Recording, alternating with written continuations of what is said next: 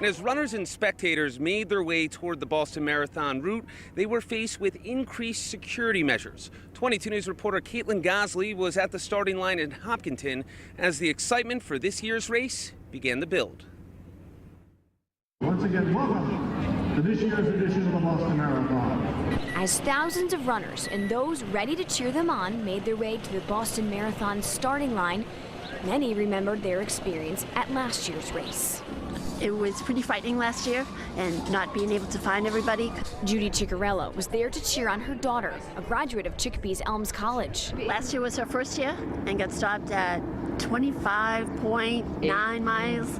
Ciccarello and her family were confident this year's race would end much different. Runners and spectators went through several security checkpoints before reaching the starting line on Main Street in Hopkinton to help make sure this year's race was a safe one. There's just more presence of the military and police and stuff, which is, you know, at the end of the day, that's great. You know, as long as everything goes off without a hitch and we can have a great marathon day, that's all that matters. This is bigger than all of us, and I think everybody sort of feels that, and I think the city really feels, everybody, whether you're in the city or outside the city, feels like we're coming together for just a really triumphant moment today. Prior to the start of the race, Governor Deval Patrick had said there was no specific threats against Boston or against this year's race.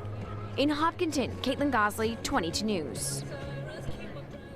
If you have missed any of our at times heart-wrenching coverage leading up to this year's Boston Marathon race, you can find all of it on WWLP.com. Reporting live in Boston, Ryan Walsh, 22 News.